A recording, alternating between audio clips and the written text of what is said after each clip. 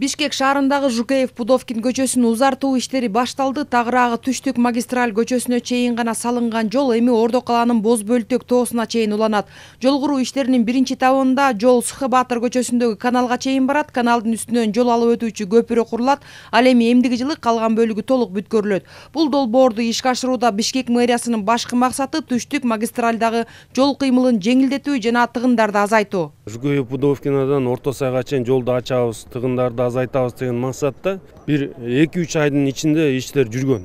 Анан ошолор сүйлөшүүлөр жүргүзүп аткан жыйынтыгы бүгүнкү күндө 20дан ашык строй компаниялар, курулуш компаниялар мындай өзүнүн демилгеси менен ушул жолду баштап атышат да ишти. Бүгүн эсебин чыгарсак, мынакей 240 миллион тегереги сом, мынакей булар деген курулуш компаниядан берилген демилгенин алкагында берилген акча каражаты болуп эсептелет. Өздөрү подрядчикти табышты, мына подрядчик ишти баштап атат.